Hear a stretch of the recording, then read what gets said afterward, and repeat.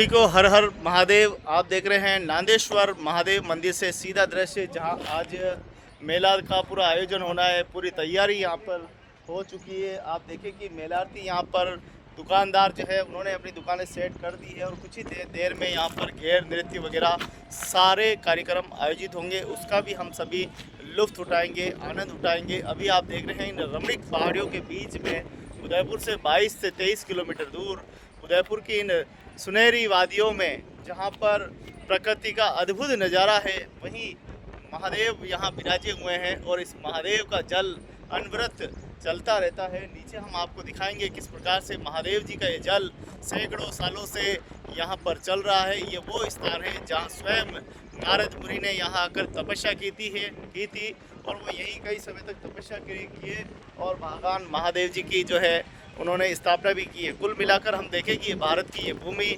मेवाड़ की ये धरा, राजस्थान की ये मरुधरती कहीं न कहीं इतिहास के पन्नों में एक सुनहरी छाप छोड़ती है। इसी के उदाहरण हमें देखने को मिलते हैं। भारत की इस भूमि पर ऋषि मुनि संत साधु और राजा महाराजा सम्राट कई हुए हैं और सभी ने कुछ न कुछ इस धरती को देने का कोशिश की है।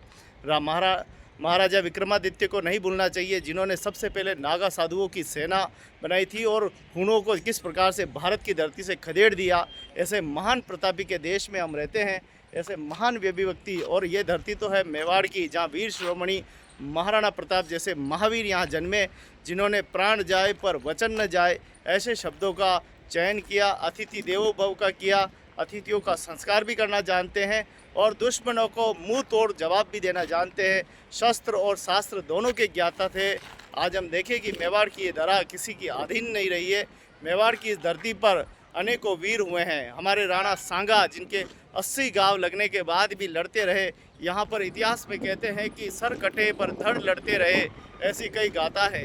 विश्व के पूरे इतिहास पटल पे आपने कभी नहीं सुना होगा यहाँ राणा पूंजा का इतिहास।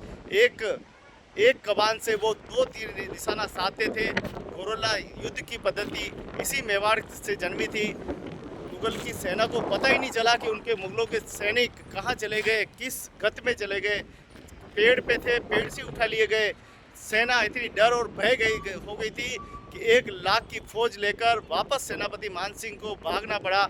यहाँ तक कि इतना ज़बरदस्त छापामार गोरेला ये युद्ध था।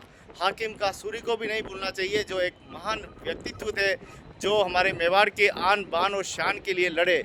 यहाँ सर्व समाज की भागीदारी रही, सभी की भागीदारी रही। इसीलिए इस मेवाड़ स्वतंत्रता हमेशा रहा और स्वतंत्रता की बात यहाँ हमेशा होती रही, आवाज़ उठाते रहे। इसीलिए मेवाड़ की ये धरा, मेवाड़ की धरती पर, भक्ति और शक्ति की नगरी पर, शिव की इस नगरी पर आज ये मेला आयोजित हो रहा है। और कई बातों को आज हम आदिवासी जनजाति समाज से समझने की कोशिश करेंगे कि इस समाज को हम आगे और कैसे ले जाएं, समाज को विकसित कैसे बनाएं।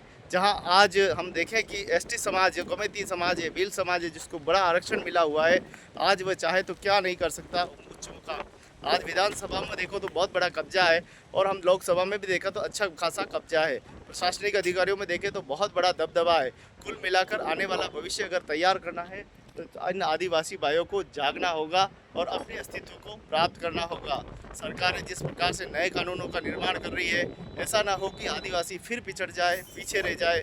आदिवासियों को आगे आकर अपने हक और अधिकार के लिए बहुत जी जोड़ कर पढ़ाई करनी है और स्वामी विवेकानंद जी के उस मार्ग पे चलना है कि उठो, जागो और तब तक संघर्ष करो जब तक कि तुम अपने लक्ष्य को प्राप्त नहीं हो जाते। आइए सब मिलकर इस समाज की चेतना में थोड़ा सा भागीदारी निभाते हैं। इस समाज को सशक्त और उन्नत बनाने के लिए आइए, ये समाज पहले से सशक्त है लेकिन फिर भी जो कुछ बचे रह गए उनको और आगे ले जाने का प्रयास करते हैं। दौलत राज जी दामा मेरे साथ में है, मेरे अच्छे मित्र है, भाई है, सखा है, अनुज है और हम दोनों मिलकर इस चेतना को आगे बढ़ा रहे हैं। आइए सब मिलकर, आप और हम मिलकर इस समाज को, सब समाज को आगे बढ़ाते हैं। धन्यवाद। जय हिंद, जय भारत, जय मेवाड़, हर हर महादेव।